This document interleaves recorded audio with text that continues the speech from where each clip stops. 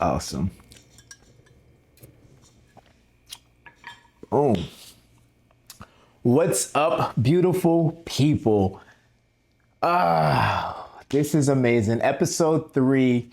This is all about gut health. Your gut is the CEO of your body. The gut is actually considered the second brain because it's a place that helps to control your mood, hormonal imbalances. This is like your immune system's command center. And if the gut is off, everything is going to be off. So I'm very excited about this particular episode where I can share some of the gut issues I used to have.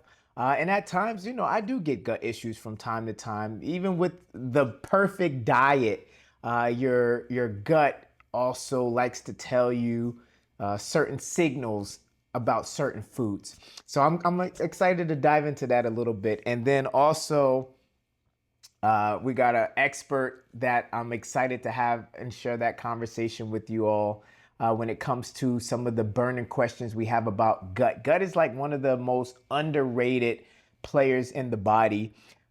Then we don't really truly understand that when the gut is properly considered and taken care of, everything starts to fall in place. And again, I am a true believer that when the gut is in order, everything else plays nice. I'm telling you from personal experience, which I'm gonna share my story in a little bit. But before we get into that, for all of you who are new to the episode and just to this whole experience, what's up, world?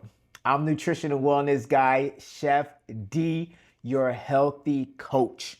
And this is no way, form, or fashion a platform to help treat, diagnose, or even cure whatever you may be going through. However, this is a platform and a community where we come together and we share concerns in regards to certain health focuses, whether it's like today, gut.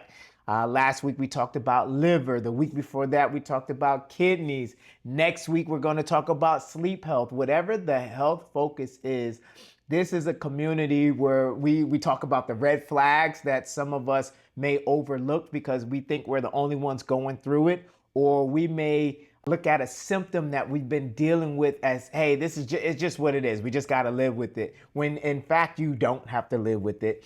And we also talk about different habits we can do daily, realistic, sustainable, doable habits, small steps that we can add into our lifestyles to help put these or transform these health focuses. Again, we talked about kidney habits, we talk about liver habits, and today I'm excited because it's gut health. I believe low key that this would be, I feel like gut health will be a couple of different episodes. So let's just coin this as gut health part 1, still episode 3, because again, gut is a major player in the body.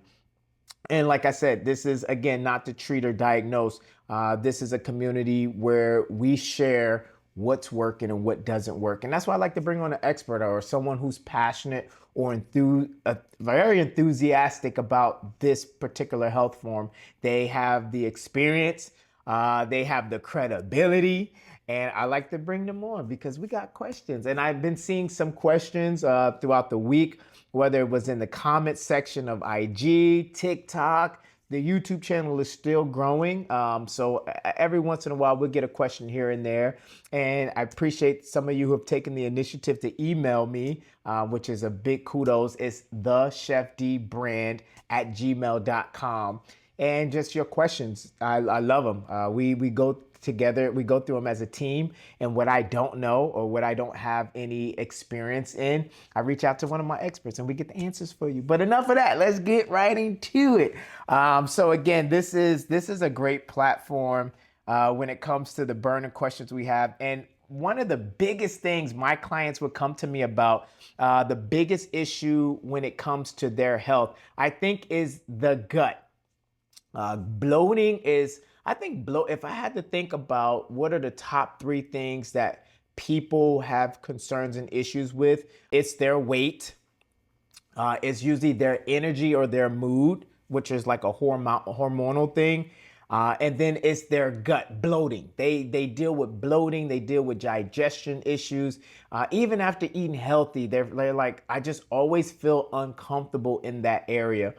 So I'm very excited about this particular episode as we dive into some of the things that could be happening, and we start to just peel back the layers on how we can get back to step one on getting our gut health back on track. Again, this is not no gimmicky, trendy, one pill fixes everything kind of platform. We don't do that here.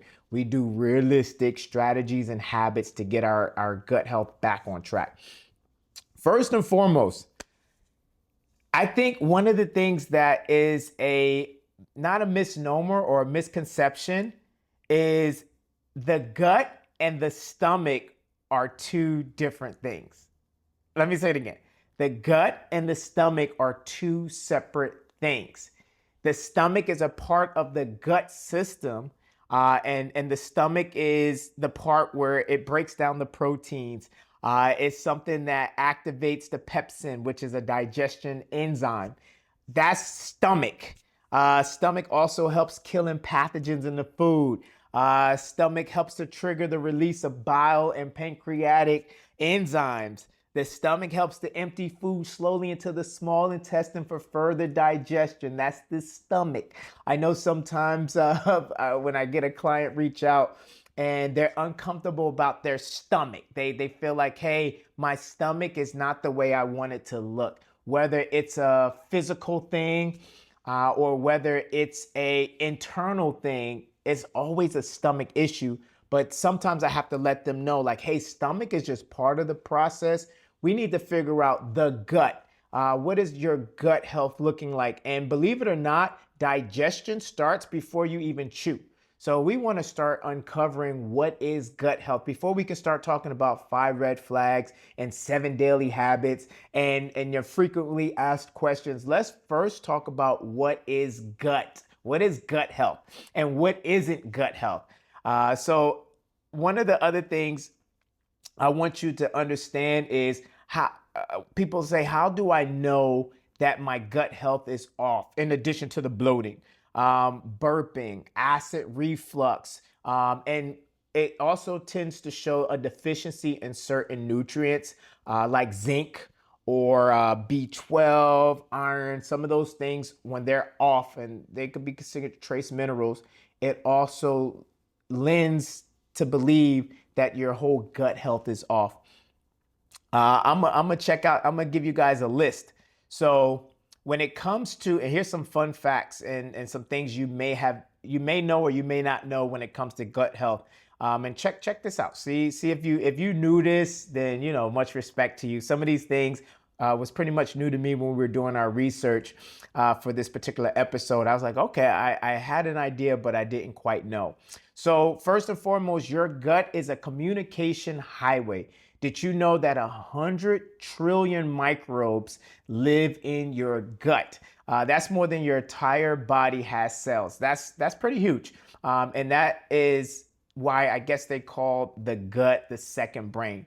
And speaking of the gut being the second brain, the gut-brain axis is actually a two-way communication line via the vagus nerve.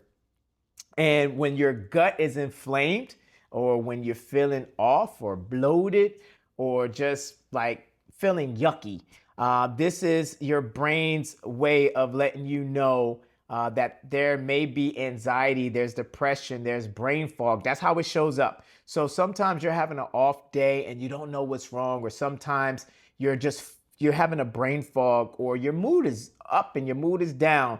It may not mean, people have said, oh, you so bipolar, or one day you hot, one day you cold. Believe it or not, some of that could be tied to your gut health. It could be tied to your diet. You're thinking that you're just responding to whatever's happening in the environment, or you don't know why you're responding. I know some clients reach out to me and they're like, hey, it really frustrates me. It really bothers me when I can't control my moods, when I can't control my emotions. It really upsets me. And I just want to let you know, it's not so much a you thing, it's a biology thing. Your gut, when your gut is off, and I'm gonna just say it is what it is.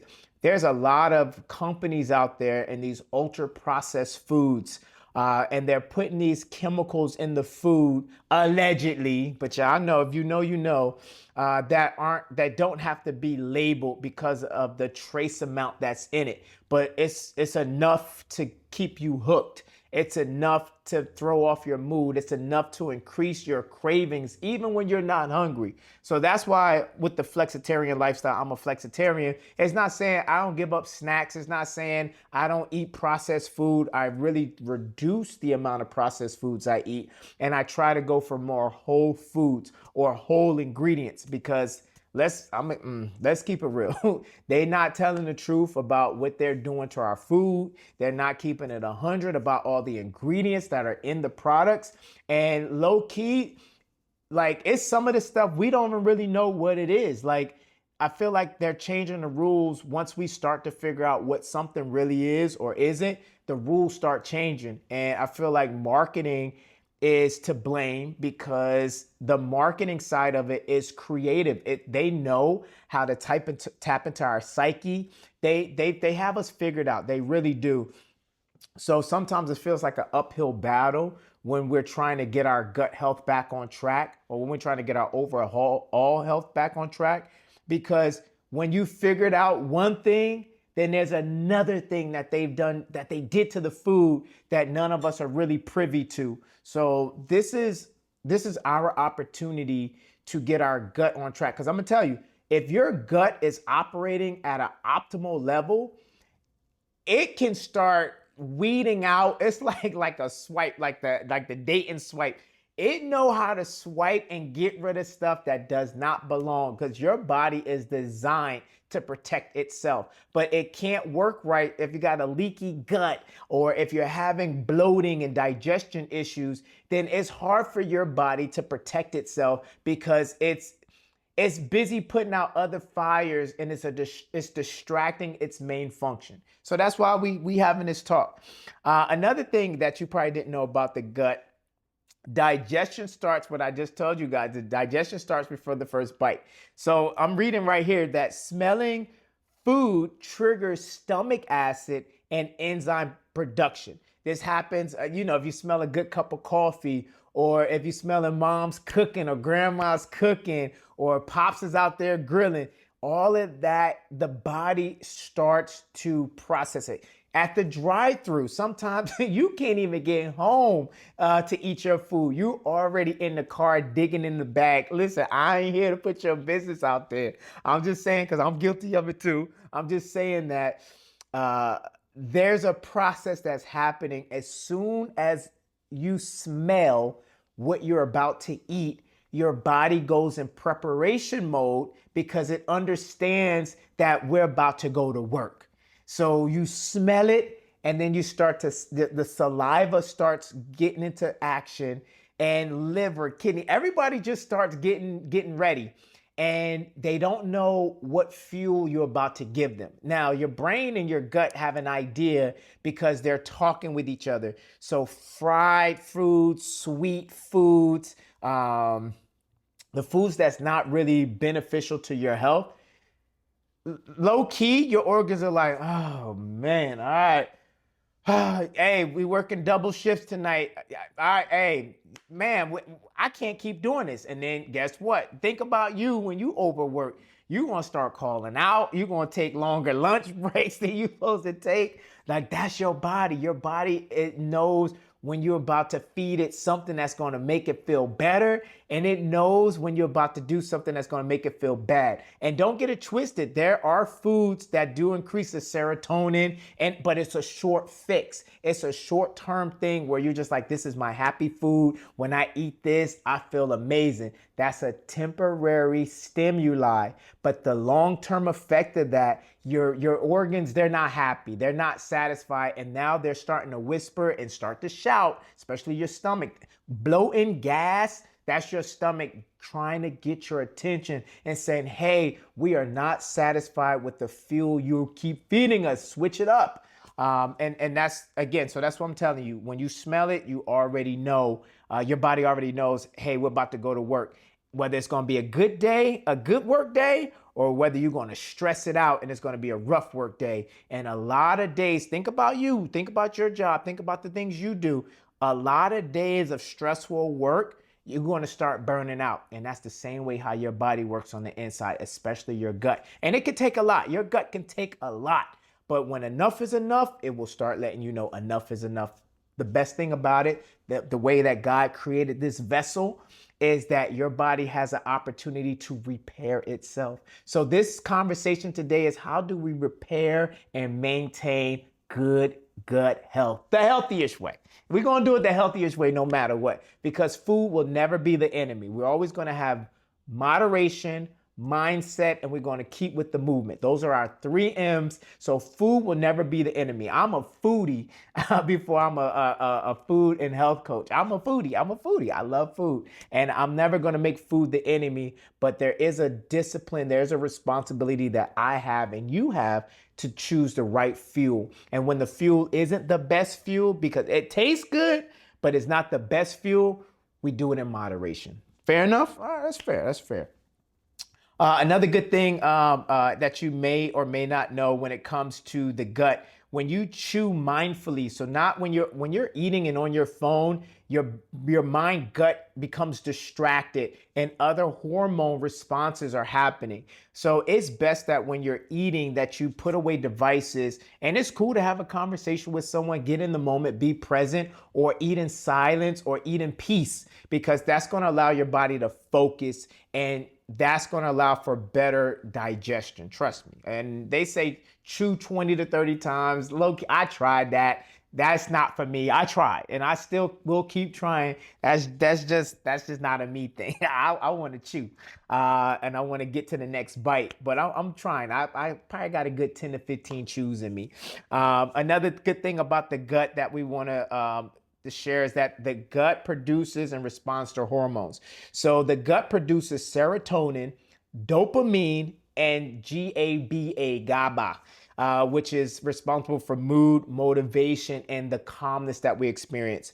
The gut also, estrogen, thyroid hormones, and insulin are all regulated in part by gut health and elimination. That's big stuff. We thinking a lot of that stuff is in the brain, but that's why they call the gut the second brain, because that's where the command center really is when it comes to response to what we eat and what we do. And also food intolerances, they are messages. We sometimes maybe not be allergic to something, but you do have a food sensitivity or food intolerance. It's not random. It's if you're reacting to certain foods, it may be a sign of poor gut lining, weak enzyme production, and or microbial imbalances. So sometimes you'd be like, hey, I eat that, but it don't respond right to me. It may not necessarily mean that you are allergic or sensitive or have an intolerance to that particular food. It could mean that your gut health is off, so that food may be a trigger until your gut health gets back on track. I know for me, there were certain foods when I was having gut issues. This was I think about 2 or 3 years ago. I was having really bad gut issues. It was to the point where the acid reflux was horrible, and it was coming up no matter what I ate. Anything I was eating, it was coming up, and I didn't even want to eat. I lost a lot of weight actually, and it was coming up here, and my sinuses, whatever was going on there, was coming down, and it was getting stuck in my throat. And it was a horrible 3 or 4 months, and just working with my doctor on omeprazole, taking Tums and all these other antacids to try to figure out what was going on. And they say, hey, stay away from lemons, stay away from acid. And it was a rough time trying to figure out what is going on with my gut. And it felt like it was no relief. And then, you meet the right professionals. Shout out to Dr. Dawson. He was one who really helped me get my gut health back on track. healing frequencies, dopamine, y'all call her. I know her as Jasmine. She was another healer who helped me get my gut health back on track. And yes, there's still symptoms. There are still things that I deal with. But it's in control, it's in check. I know what foods that I can have and I know what foods to stay away from. And guess what? My gut thanks me. I feel like it thanks me. I don't burp as much. I feel like that's low key my gut's way of saying good looking out. I'm just saying that sometimes you feel like it's certain things you haven't been able to eat. And it's not so much you're allergic to it or you have a sensitivity to that particular food. It could be you have such a bad leaky gut. And once that gets on track, you'll be surprised the foods you'll be able to eat again, all because you got your gut health back on track. You got your microbes back in there. You got the good bug bacterias back in there. You was on your prebiotics. You got the right fiber. And trust me, the stomach comes back to life. And another killer of the stomach, I'm gonna put it out there, when they were trying to figure out what was wrong with me, antibiotics. Antibiotics will tear up your good gut bacteria. Now, I'm not saying don't do antibiotics. I'm not trying to tell you what to do or not do. I'm just letting you know that after you do a round of antibiotics, you need to be very intentional on getting your gut bacteria back on track. You need to be intentional on building that good culture back in your stomach so that way your command center is ready and back at 100. Because truth of the matter is, when you do the antibiotic round, it's tearing up good and bad. It's not differentiating between what's what, and you have to start from zero. Again, I ain't telling you don't do it. You just have to start from zero, and you need to be intentional on what foods to put back into your system to get you back on track. From naturopathic standpoint, they believe heal the gut, you heal the body. I mean, that is just, I think that's across the board. People know if you heal the gut, you heal the body. Most chronic health conditions, skin issues, anxiety, hormone imbalances, even autoimmune diseases start with gut dysfunction. It's one of those things that if you, and here's 5 R's. So 5 R's when healing the gut, and take this with you. First R is remove. So first you want to remove ultra processed foods, excess sugar, and certain irritants that are messing you up right now, or food sensitive items. They may not always be a sensitive food item, but for now, if it is, if you're seeing how you're reacting to bread or gluten or dairy or acid like tomato products, if you're seeing you're having a certain reaction to certain foods, this is when you're going to remove them from your diet. So that way we can start from zero as far as what we're putting into our system. The next thing is then we're going to replace. So digestive enzymes and stomach acid support, we're going to replace those with healthier foods that's going to build a better culture in our system, which would be the third R, which is re-inoculate. So that's pretty much saying that with probiotics and fermented foods, for me, I like sauerkraut. That is like my favorite food, and I love yogurt. I'm not good with dairy, so oat yogurt is one of my favorites, or cashew milk yogurt is also one of my favorites because they add the culture into that, and you're still getting the benefits of your gut like coming back to life. A fourth R that you should be considering when it comes to getting your gut back on track is the repair process. So you repair by adding certain nutrients into your system like glutamines and zincs and omega-3s. Like those are the nutrients. And you talk to your provider or your nutritionist or your RD, your registered dietitian, on what are some micro and macro nutrients that I can start incorporating into my diet to help repair my gut, to help repair the lining of my stomach. And then rebalance. Rebalancing is going to be more of what are you doing? What is your lifestyle? What is your stress levels like? What is your sleep behavior? In your nervous system, like what does your emotion load looks like? Because that also affects, you could be taking the right supplements, the right nutrients, you could be eating right, you can do all the right stuff, but if your stress is off the hook, if your sleep is off the hook, then and your nervous system and your emotions are all frazzled, then you still won't have you're still going to have stomach dysfunction on some level. because the stomach likes rhythm. The stomach wants to have routines, meal times at a certain time, walking after you eat to help with the digestion. All of this is part of the system. So let's get into it. What was our 5 red flags for today? And then I can't wait to share the episode with our expert for this particular episode. So for starters, when it comes to gut health, the 5 red flags that we covered this week, we talked about, let me see, let me pull this up for you guys. All right, so for the 5 red flags, we said if you're dealing with brain fog or you're having trouble focusing, that could be a red flag that your gut needs some attention, because about 90% of your serotonin is made in the gut. So when you're off, or when it's off, that's when you're foggy, that's when you're unfocused, and you just feel low. Even if you have good sleep, you're gonna feel off. Flag number 2 is if you're bloated after almost every meal. And this is bloating shouldn't be a baseline thing. It shouldn't be a regular thing like, hey, no matter what you eat, you're bloated. If you eat a salad, you're bloated. If you eat a smoothie, you're bloated. If you eat a big meal, you're bloated. That's not baseline. So that's a signal that your stomach is trying to get your attention. The third flag that we covered, and again, you can check this out on Instagram, TikTok, or even on right here, this YouTube platform, or if you're listening on Spotify, iHeart, or any of the other podcasts, go to those channels, Nutrition and Wellness Guy podcast,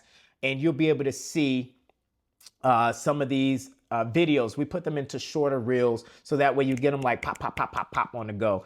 But flag number 3 we talked about was a constant craving, especially for sugar. Your gut bacteria actually controls your cravings. And this is what I was talking about. Some of these companies, I won't say any names, are creating ingredients and chemicals to put in the foods to signal your gut to crave certain things. So the bad ones especially. So if you're screaming for, you just got that sweet tooth all day, that means that your stomach can be off balance and you need a reset. And trust me, there are ways to reset the gut, especially with parasites. And we'll talk with it with the expert. One of the ones I hear is a trend with papaya seeds. Everyone's talking about papaya seeds. How do you do it? How do you eat it? But again, it's a proven thing to start getting rid of some of the parasites and the parasitic activity that's happening in the gut. But we'll talk about that a little later on. Flag number 4. You catch a cold or you're always getting sick. Like if your immune system always seems to be compromised and you're easily like agitated about the smallest little things, then what can usually happen is that your gut is telling you that our defenses are down. So over 70% of your immune system lives in your gut lining. So this is something that I need you guys to start paying attention to when it comes to flags. And then the 5th one, we said bathroom roulette. So if you're swinging between constipation and you're having urgency so sometimes you're constipated, sometimes you got to go really bad, and your stools are always changing. If you look down and it always looks different, you don't have a consistent looking poop, low key, that's your gut saying, hey, we need a little bit of help here. And that's what we talked about. We talked about some tips and the bonus tips, which we'll cover with you guys are hearing the conversation I had with our guest today. And the 7 daily habits that we talked about. Add prebiotics. We talked about this week. And again, we did a full video on this. Go check it out on YouTube. It's a really good one. 7 daily habits to transform your gut health the healthiest way on the Nutrition and Wellness Guy channel. It's really good or helpful. And thanks to some of your comments and feedback, it's really helping us grow this community. The second thing was fermented foods. Like kimchi, sauerkraut, those things are helping to build the friendly gut bacteria. Also hydrating with purpose, making sure that we just don't drink water, but we're having electrolytes with lemon and sea salt, potassium and sodium. Another thing we said for habit number 4 is chewing slowly and intentionally. Don't scroll and chew, just eat. Another thing, habit 5 was walking after your meals. So after you finish eating, you want to just get the movement going, which will help with good gut digestion. We heard that for liver and kidney too. Habit number 6, we say eat your biggest meal midday. So don't wait until nighttime to start eating your biggest meal. Do lunch kind of into dinner. And like I was saying before with liver, one of the things you want to do is don't be so carb heavy for dinner time. Do your proteins, your healthy fats, And habit number 7 was wind down with intention. So at the end of the day, you want to start calming your mind and your body down so that way your gut is not craving anything but rest. And that's pretty much it. But hey, let's talk about this conversation coming up. I hope you guys enjoy it. And yeah, this is going to be a good one. Here's the conversation, guys. Episode 3, gut health. Dr. Dawson, welcome to the community. I appreciate you being here, sir. How are you feeling? Feeling amazing. Thanks for having me. Yes, indeed. This is I think one of my favorite episodes, and I think I'm gonna say that every episode. So just forgive me now, community, when you guys hear this. If I don't say that, then just know it probably wasn't my favorite episode. But I'm gonna just share briefly why this is my favorite episode. So when I came back from deployment, I was dealing with these complications with my gut and my sinuses, and it was just so much going on. And I didn't know it was gut. I really didn't. I just thought it was respiratory. And I went to, my doctor. I went to some specialists. They did all these tests, colonoscopies and endoscopies, and they did everything, and they couldn't nail it down. And then I went to go get a haircut one day, and my barber said, "Hey, you need to check out. There's a doctor a couple of offices over there, more of a wellness center. You got to check them out." And I walked down, Dr. Dawson, and this is the fast forward version of it. But we connected more than once. I think it was on 2 different occasions, and we had some consultations and some other stuff. And he was able to pinpoint that my issue was my gut. And if I got my gut back on track, then everything else will fall into place. And he was nailed on. And I'm excited about him being here because he's going to drop some gems and some knowledge and some jewels.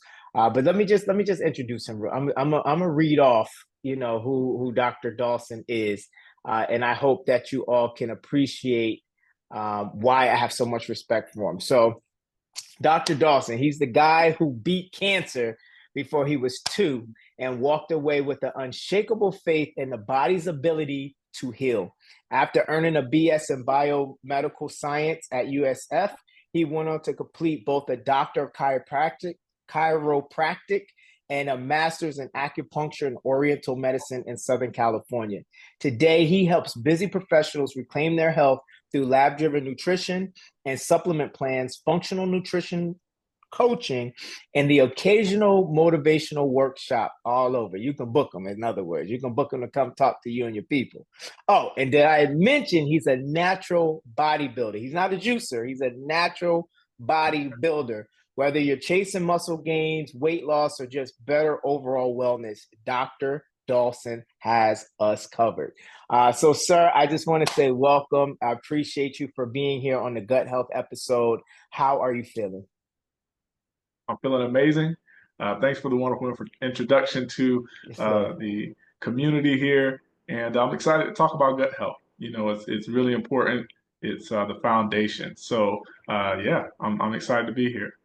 Awesome. All right, so listen, let's get right into it. The people got stuff to do. So let's get right into it. What is gut health to you? What does that mean to you? So when I reached out to you and say, "Hey, I want you to come on, be my, in coach corner for gut health." What does gut health mean to you, and how do you prepare to talk about gut health? Yeah, I would say gut health is the foundation. It's literally like the soil from which the rest of our health grows from. Okay. So anytime I'm talking to someone, I usually start Mm, with gut health because it's kind of the beginning stages of where a lot of our chronic diseases will come from. Okay. So what wow. we're putting in our body, our guts are kind of that first starting point to either utilize it as nutrients or try and remove it out of the system. Right. Mm. So making sure we have a good, healthy microbiome in our gut is going to support our immune system, it's going to support our digestion, absorption of nutrients, and everything else that comes from that. You're saying some words that I've read before, but I wonder if the community is clear. So you said microbes or how did you say that? Oh, the microbiome, it's the cultural Okay. bacteria that we have in our gut. All right. So we should have bacteria in our guts, but there's good strains of bacteria that are healthy for us. And then there's bad bacteria that can overgrow into the gut and create issues and challenges. So Mm, one of the things that I will deal with patients coming in is something called small intestines bacterial overgrowth. All right. And that's mm. that bad bacteria overgrowing into the small intestines from the colon, and that can create a lot of bloating and gas and things of that nature. All right. And so that's a Jeez. very common symptom that a lot of people deal with, especially since that bad bacteria feeds off of sugar, which we all probably consume way more sugar than that's necessary in our diet. Mm. And the release of gases from those bacteria is what causes the bloating and gassiness in our guts. Is this also what they consider leaky gut? Is this a leaky gut situation because it's leaking into the other parts that it's not supposed to be leaking into? Is that part of a leaky gut situation people to deal with? Good question. So they're separate, but they can both be active at the same time. So leaky gut Mm, is when the barrier of the lining of your gut or intestines begins to break down. Okay, so you have cells that line your gut, called epithelial cells, and they have what's mm, called tight junctions. Okay, and they keep the cells together as a barrier from allowing bacteria, undigested food, pathogens to pass through into the bloodstream. All right. mm, So when those tight junctions begin to break down, that's what creates the holes in the gut lining and the leakiness. So now those things that haven't been digested well, the undigested food, the different proteins or bacteria and pathogens will now pass through into the bloodstream, and that activates the immune system, which creates systemic inflammation. All right. And many will say this is the open door to autoimmunity because there's mm, certain foods that look similar to certain cells, and therefore our immune system, if it gets activated enough, it will say, you know what, this is a pathogen or this is something that we can't process and use. For example, genetically modified gluten. And that modified gluten looks similar to the thyroid cell. So it says, you know what, we're going to attack the gluten and we're going to attack the thyroid. And there you are, hypothyroid Hashimoto's, right? Because now your wow. immune system begins to attack your body. Okay, so having a healthy gut is highly, highly important, and making sure that leaky gut process isn't, recurrent, because then you lead with different symptoms, whether that's uh, major food reactions, low grade headaches or common headaches that you don't know where it's coming from, Hmm. brain fog, joint pain, all these different things are coming from an inflamed gut. And the thing that's very interesting is that gut lining could break down from you just eating the same foods every day, right? And a lot of us are creatures of habit. So even if it's a good salad that you eat every day, and that's the same salad you eat every day, it can still lead to a breakdown of that gut lining, right? So when we think about our ancestors and how they ate seasonally, right? Mm. You can't have strawberries every season grow. It has a season that it grows and then it doesn't, right? But now, because of our civilization and technology and everything else, we can get strawberries year round. We can get certain vegetables year round, but they shouldn't be growing year round, right? In our environment. So Wow. making sure in our diet we're changing things up and not eating the same things over and over again, that can even irritate the gut lining and create that leaky gut process. So back to your question, I would say leaky gut is different from what's called SIBO, or small intestine bacterial overgrowth. And both of those conditions are more in the lower digestion. Okay. We have to also look at the upper digestion to really correct and prevent those things from happening. Okay. Woof. All right, unpack time, unpack. So I'm this is amazing. So, all right. So, all right.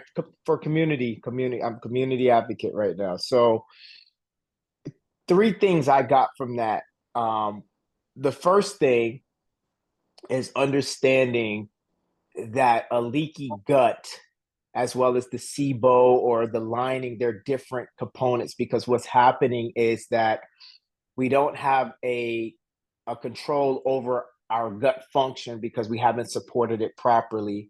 And now its reactive symptoms are bloating, its reactive symptoms are fatigue, mental fog, brain fog. So our gut, besides it gurgling or bubbling or being extended or feeling full, the other symptoms are, fatigue and all these other things that we're dealing with. You mentioned something about eating. That's the second thing I got out of that is that some foods aren't supposed to be consumed all the time. They should be cycled out in a sense. And that's a whole nother unpack because that's amazing. You don't really think about it. You're like, that's right. There's a season for everything. And if we are growing things all year round when it's not supposed to be grown that time, and we're just consuming, and thinking we're doing the right thing. We're thinking, hey, we're eating a salad. We're eating our, I'm a berry guy, so I'm eating berries every single day. And it's like, hey, you're not wrong, but what we're sharing is an opportunity to level up. So when Right. you know better, you do better. Don't beat yourself up and say, "Oh my God, I've been eating a salad every single day." No, that's not what the good doctor is saying. He's saying, "Hey, with more knowledge, there's more tools, there's more strategy, there's more resources to improve." So if you have been eating your salad every day or your berries every day, and you're still trying to figure out what's wrong, he's giving you another key to unlock what may be happening. I had a client who had a friend, and she shared with me her fear of eating vegetable produce. And I said, "Your Mm, fear of eating produce?" She said, "Yeah, I had a friend. She couldn't figure out what's going on. She went raw.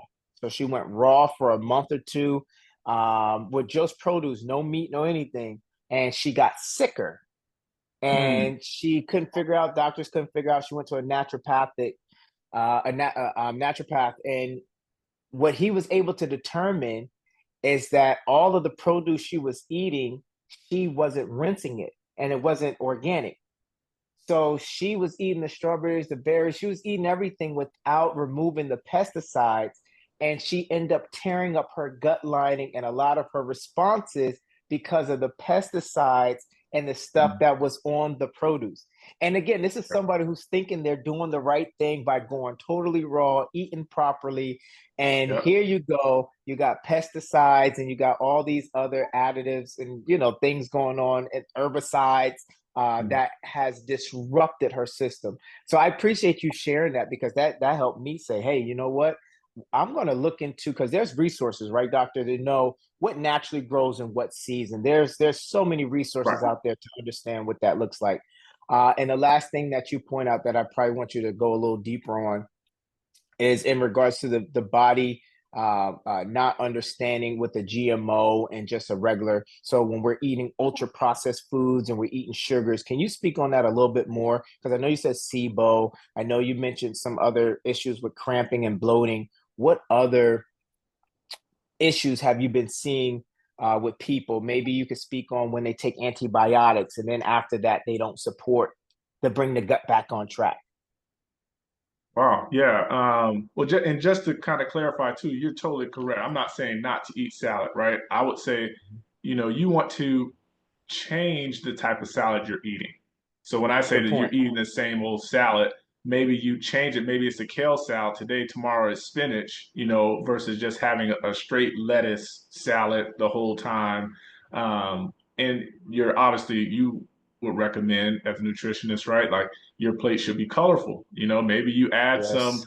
bell peppers in there, you add some onions, you add some this or that, to change the quality of that salad or the vegetables that you're eating so it's not the same thing over and over again. So Yeah, in yeah, the I don't winter I you don't do want to root confuse vegetables, anyone. Yeah, you do Yeah, roots you root vegetables in the winter time. In the spring and summer, you do leafy, exactly. yeah, you just follow the seasons. Right, exactly, and mix things up. To talk about your next question was food additives and things of that nature. Those things obviously your body can't process as well because it's just unnatural, right? And Mm, oftentimes people will have um, fat that they want to lose, but it's stubborn, right? yeah. And oftentimes when you have something, this is how I explain it to people. When you have something that you don't know what to do with, you just what kind of throw it in the closet, right? You store it Yep. away. Same thing in our body, the preservatives, the additives, genetically modified things. Wow. Oftentimes, toxins are stored in the fat, right? Your body's like, I don't know what to do with this, but we're going to store it away just in case we need it or whatever, right? So it Wow. it gets stored away into fat. Okay, so that's number one. When we start thinking about antibiotics, right? Obviously, antibiotics can be used as a benefit to clear out bacteria, right? So don't get me wrong, it can do what its purpose to do. That being said, the way I look at antibiotics is kind of like an atomic bomb, right? You go to Wow. war and you don't pull your soldiers out, you just drop the Mm, atomic bomb. So you kill off the enemy and you kill off your soldiers, right? So mm, that's pretty much what you're doing with the antibiotic. You're clearing out your own fleet of soldiers along with the bacteria that you're trying to remove. Okay. So instead of doing that, number one, good bacteria crowds out bad bacteria. So you want to make naturally. sure you're Mm, exactly. So you want to make sure you're inoculating yourself with good strains of probiotics with a healthy prebiotic. Now, if you want to remove bad bacteria, there's natural ways to do that without clearing out your good bacteria, right? mm. One of the ones that I like to use is oregano oil. And now I will Yes, take the sir. capsules anytime that I'm sick or I feel like I got a stomach bug or whatever. Oregano oil is great. It's antibiotic, it's antiviral, and it's also antifungal. Echinacea is also another really good one. All right. Um, the key is you have to take a therapeutic dosage. All right. So if I'm under the weather or I have a stomach bug or whatnot, I will take a therapeutic dosage. So let's say 3 caps of echinacea and oregano oil capsules every 4 hours or so. All right. So the example I like to give my patients is if you had inflammation or pain and you took a 200 milligram ibuprofen versus a 800 milligram ibuprofen, which one do you think is going to work more Yeah. effectively for you? Right. So that's the Facts. same thing. Um, so again, there's natural ways to be able to remove bad bacteria, viruses, funguses, without having to take an antibiotic. But nevertheless, if you do, just make sure you're re-inoculating yourself with good probiotics. Yeah. Wow. And so I have my family on that. That's there's I mean, I keep a bottle in Jersey, I keep a bottle in LA. Like that is my go-to 100% oregano oil. And it's just so much science. There's so much research on oregano oil. And community understand that there are companies, you right now I can hear someone saying, well, what oregano oil? There's companies who sell you so many versions of it. Me personally, I do a wild one from I get it from Greece. It's a Mediterranean one, and it has doctor, how you say it? Caracol. I always say it wrong. It's the it's the component, the therapeutic component in it. Let me see. I don't want to be on here looking all wild. What's the component and oregano oil? Yeah, they call it let's see, oregano oil. We lot. This is how we do it, y'all. No cuts, no edits. All right, so we looking this up.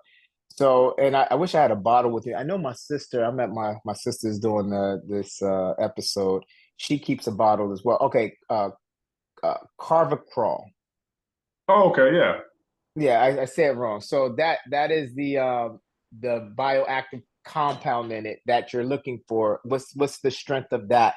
Because some companies are just selling oregano oil, and the bioavailability is not there. But that would be another episode. We'll take care of you guys on something when you can figure out what type of oregano oil, so we don't send you out on a wild goose chase. But yes, 100%. I am a living testament. My clients are living testaments that before they do anything antibacterial, we first go to the natural stuff. Because believe it or not, you all, Procter and Gamble and some of these other great companies that produce these pharmaceuticals, a big percentage of their products are plant based.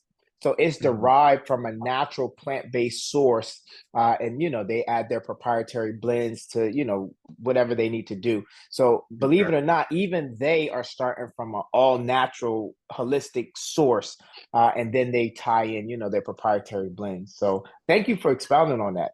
That's something. Besides that, what else would you recommend? I'm a turmeric and ginger guy because those are anti-inflammatory as well. So I know some people will grab an ibuprofen.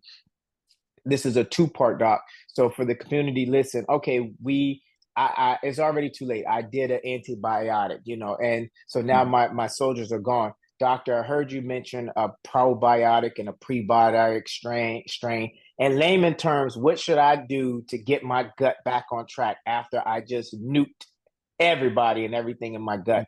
That's the first part, and then the second part. Well, yeah, let's do the first part. So, what can people do, like in layman? What foods, what things can they do to get their gut back on track after they nuked everything? Yeah, good question. I would say, number one, finding a good probiotic, all right, Okay, that has a variety of strains of good probiotics or bacteria that's going to help re-inoculate your gut, all right. And then number two, fermented foods, right? Your kefir, your sauerkrauts, your kombuchas, all of those have good, healthy probiotics in it as well. I would be careful with some of the yogurts because of the way they're processed and pasteurized. It processed. denatures, a lot of the enzymes of some of these, bacteria and things of that nature. So you can't Yeah. utilize them and utilize the nutrients from them. So I would be careful with all of those, more so stick to some of those other fermented foods. And yeah, there's things like L-glutamine that's very, very helpful in Yes. restoring, the gut tissue and tissue in general. And then also short chain fatty acids like in butyrate. Okay. Okay, they have been shown in research to actually help repair and heal the gut lining, the actual cells of the gut lining. Okay, so that's really what I provide for many of my patients. They're definitely going to be on that. And then also, depending on your upper digestion, making sure you have a good digestive enzyme supplement so that you're able to take the macronutrients and break it down into the micro. Okay. Um, so, and we can get into that, a little later, talking about that upper digestion and how that affects the lower digestion, right? But Wow. I would just start there with just building that base back, as your foundation, that microbiome. Wow. That's very helpful. So, community, here's like a tag team for you all. So if you find yourself in a situation, if you're listening to this and you're just like, I deal with gut health issues, I feel like I'm eating the right thing, but I'm still being affected. Or I feel like I'm staying away from the foods that I know trigger me, um, but I'm still having issues. So on the coach side, the first thing I would recommend as a strategy is to do a food diary. It seems so like, oh, I gotta do a food diary, but food diaries, what they do, they give you behavior and they give you an idea of what your eating looks like. But then the professional you're seeking guidance from also gets a better story behind what's going into your system. So first, if we were starting strategy, I would say, hey, I don't. Yes, I want you to figure out what you ate in the last 7 days, but I prefer you to tell me what you ate, what you're going to eat the next 7 days.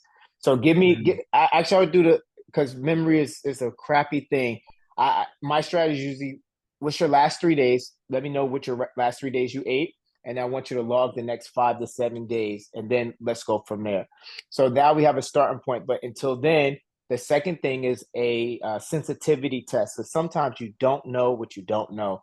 You feel like every time I eat that, yeah, it's going to make me feel this way, but you don't understand the damage you may be causing because of a food choice and how much your body's overworking to fight off something it does not agree with. I know they say predominantly African American culture, we when it comes to lactose, some people have an issue with lactose, ice cream, macaroni and cheese, all of the good stuff. And you just, you either could take a lactate pill, people do, or you swap it out for, products with lactose free. Getting a better understanding, there's tests out there, there's professionals that can help with a food sensitivity test. And then thirdly, uh, after you do those things, is finding a professional like a Dr. Dawson, somebody who's going to be able to help you understand what we have. Because you get the data, but what do you do with the data? We as a community, Right. we didn't go to school to learn what to do with the data. What do we do with these markers? So, what would you add to that, Dr. Dawson, for somebody who is like, okay, you know what? This was my sign. Today's the day to get back on track. What are some of the ways that they can start getting back on track, in addition to, the 7 habits that we have already shared, in addition to, doing a food log? What are the next steps that they can do to get really serious about their gut health? Yeah, I would say, knowledge is power. And Mhm. like you're talking about doing the foundational testing, because oftentimes, you can have an allergic reaction to certain foods that's immediate, right? So you're going to know if you have an allergy to peanuts, shellfish, whatever that may be, right? But Mhm. then you can have a sensitivity to a certain food, right, over 72 hours. So you can eat something on Mm, Monday and not present with symptoms until Wednesday or Thursday, right? that's So, wild. right. Wow. So it's very, very important to do the testing. So I like what you said. The food log is important, from a behavior base of seeing also what times you're eating, how you're affecting your metabolism by the portions and the time that you're eating it. But bypassing that and getting to a blood test that can look at your immune system and how it reacts to certain foods and the severity to that, right? So Mm, that's why the food sensitivity testing are highly important. But even before that, I would do a foundational comprehensive stool analysis that's going to look at, like we talked about, gut inflammation, malabsorption. Also, if you have overgrowth of bacteria in the small intestines that shouldn't be there, any other pathogens that may be there, um, and then also that leaky gut process. There's something called wow. zonulin that shows up on the test that means that those tight junctions we talked about are breaking down. Okay. And so by the level of the zonulin you have in your bloodstream lets us know how severe that leaky gut process is. And so we can also track Wow. that over time as we are healing the gut through diet, supplementation, lifestyle changes. We can retest down the line and see, oh, okay, you were at, It's let's improving. say, Right. 98. Now you're at 45. So we're trending in the right direction. Or it's not changing. What else is there, right? Do you have mold, yeast, some other things that are creating challenges to your body healing? All right. So I would say that's Wow. about foundational tests. And then going on from there, we do still a metabolic assessment to see if we need to correct the upper digestion, right? So a lot of people will have upper digestive issues, whether that's reflux or gallbladder issues and metabolizing their fat. And it's just a chain all the way down, right? Our digestive system is Wow. amazing. Okay. Wow. The process starts as early as the saliva in your mouth, right? The smell. To The smell. Right, The smell and then the works. chewing and then going into the stomach. But As we get into the stomach, due to stress, aging, or the foods that we eat, our hydrochloric acid will change and Mhm. reduce. And so many people, when they're having heartburn, actually think that they're having too much acid. And that's not the case. It's actually the opposite. It's actually they don't Well, have enough. And so the way that I explain it is if we had a fish bowl and we filled it up 3/4 of the way with hydrochloric acid, we took a steak and put it in the bowl, it would go down to the bottom, it would decompose the steak, no problem. If we put that same fish bowl, we filled it up 1/4 of the way, we put the steak in, now that acid has to rise up along the sides of that fish bowl in order to mm, decompose the steak. So the same thing with our stomachs. When we start to lose wow. stomach acid as we eat, that acid rises up along the side of the stomach to break down our food. Now, when that door or sphincter to the stomach begins to open and close as food is coming in, that acid rises up into the esophagus and creates the heartburn. Okay. And obviously, that's significant because that can mutate the cells of the esophagus and create cancer called Barrett's disease, which we don't want. So the answer isn't take an antacid and reduce your acid Mm, production, which opens you up for H. pylori, which is a bacteria that can infect, the stomach and create ulcers and things of that nature. We want to correct it and get you back up to that 3/4 that we talked about, right? wow. So otherwise, when your food isn't coated with that hydrochloric acid, it goes into the small intestines, it doesn't release the hormone to contract the gallbladder. Now your bile sits in the gallbladder, creates or solidifies and creates stones. Female 40 fertile are the people who are usually getting their gallbladders taken out, right? Because of that process of the hydrochloric acid reducing, okay, over a period of time, taking the antacids, it's just negative reinforcement. Something else, if that hormone to contract the gallbladder is released, you also want to get the hormone to the pancreas to release the digestive enzymes. Now you're not breaking down your Wow. food properly. Then go into the small intestines. That hydrochloric acid keeps an environment so that bacteria can't overgrow in. Now you got SIBO happening, small intestine bacterial overgrowth due to a prolonged time of hypochloric acid, right? Low stomach acid. Okay. And then even longer, our older population ends up getting pancreatic insufficiency, right? So really that upper digestion is the key to making sure Wow. everything else down the line is functioning Functioning. properly. Yeah. Wow. So your fat metabolism is going to be thrown off. Your absorption of nutrients is going to be thrown off. Everything, leaky gut process, it's just leading into all of it if that upper digestion isn't functioning well. So yes, highly important to make sure we have a healthy, functioning digestive system. Because gut health is not just stomach, and that's the key.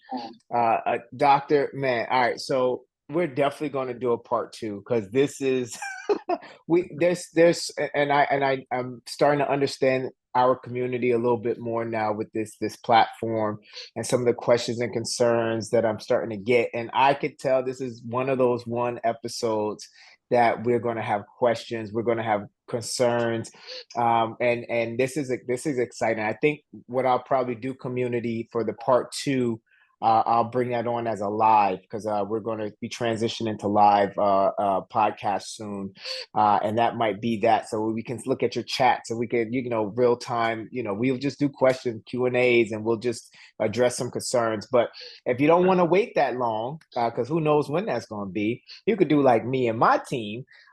We have decided to utilize his profession, his expertise. Dr. Dawson, for those, you're located in California, but the great thing about technology, it's virtual. So if someone who wasn't in California wanted to, they're like, hey, enough is enough. I'm tired with this gut thing. I want to get it on track. I appreciated what you shared today. How can they get in touch with you to get a consultation going or to have a conversation about getting their gut on track? Yeah. So my website is dawsonhealthsolutions.com. So they can definitely reach out there. We can do a discovery call and kind of figure out what their health goals are. and talk about how we can get them to their health goals. And they can also reach out to me on Instagram at Dr. Jonathan Dawson, and that's at DrJonathandawson. Awesome. Before I let you go, you got time for one question? Two questions. You got time for two questions? Let's do it. All right. So, someone says, can gut health affect my mental health? Of course. Yeah. Okay. You know, think you talked about it earlier how serotonin is also produced in the gut, right? And that's one of the neurotransmitters in our brain that keeps our brain balanced there, but it's that feel good hormone in our brain, right? Hmm. So it definitely can affect our mood.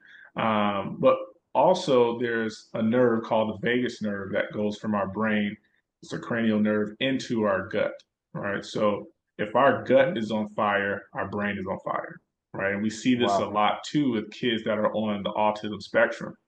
Their gut health is all out of whack, and their central nervous system is in that fight or flight. And so the sugars that they're eating, the processed foods and the food colors and additives just exacerbate that whole process. So if we can get Wow. their gut health under control, we usually see their brain balance even more. And so there's a clear connection of your gut and your brain and your mood and all of those things. Wow. And so you just, the follow-up was, someone was asking, is sugar really that bad for my gut?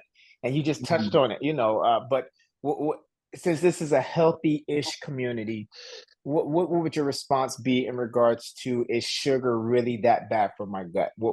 I mean, as far as the community hearing this. Yeah, I mean, when you really look at sugar, especially, our refined processed sugar, it's like gasoline on a fire, right? Yeah. Um, it, I mean, it tears up our arteries. It also is going to affect our gut. And if you have that overgrowth of bad bacteria, we talked about feeding that bacteria with the sugar that you're taking in, right? So that's going to create more bloated, gasiness, maybe some Yeah. constipation, things of that nature. So, and then not to even talk about how it's going to affect your metabolism, right? But our gut function and motility is going to be affected by that sugar for sure and create more inflammation and maybe possibly more malabsorption. 100%.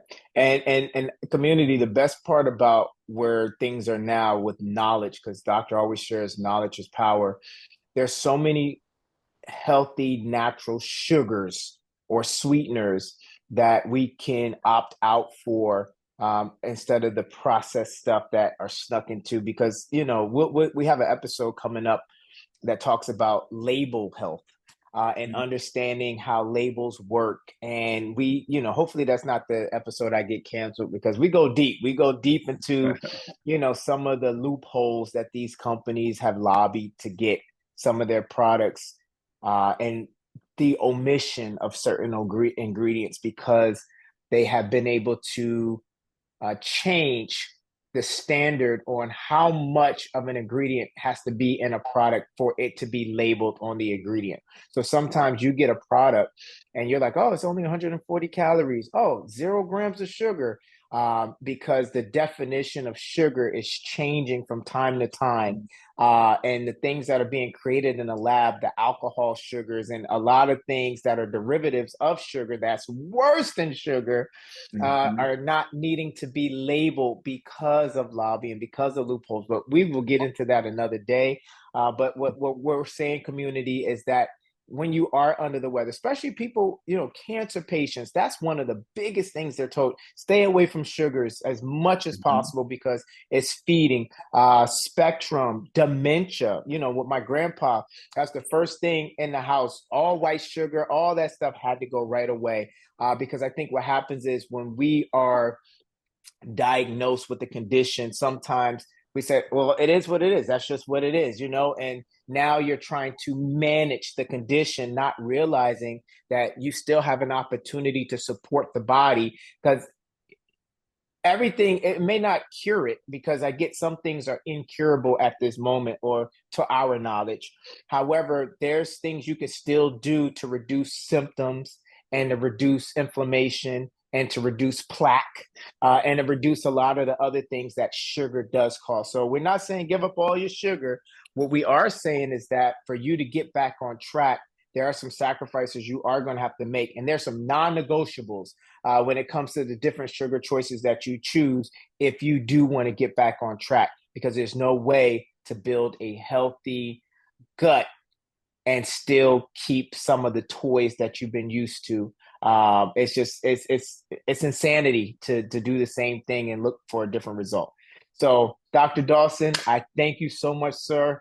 We went a little over time, but I think hopefully the community, it was worth it for you guys. We're definitely going to do a part two. I learned a lot from this. Thank you for being a part of this. The description will be the his information will be in the description. If you want to reach out and get that consultation call, definitely he gives out some good information on his social media for free. So check that out too. He's a busy man, so he got a lot of clients, but him and I are going to work together a little bit more to bring even more to this community. And this hopefully won't be your last time, Doc. We got some more topics coming up. We would love to have you back on. But hey, remember, health is wealth, and we're just here to make sure you're getting paid. Until next time, yum on. Love you, Right on. community.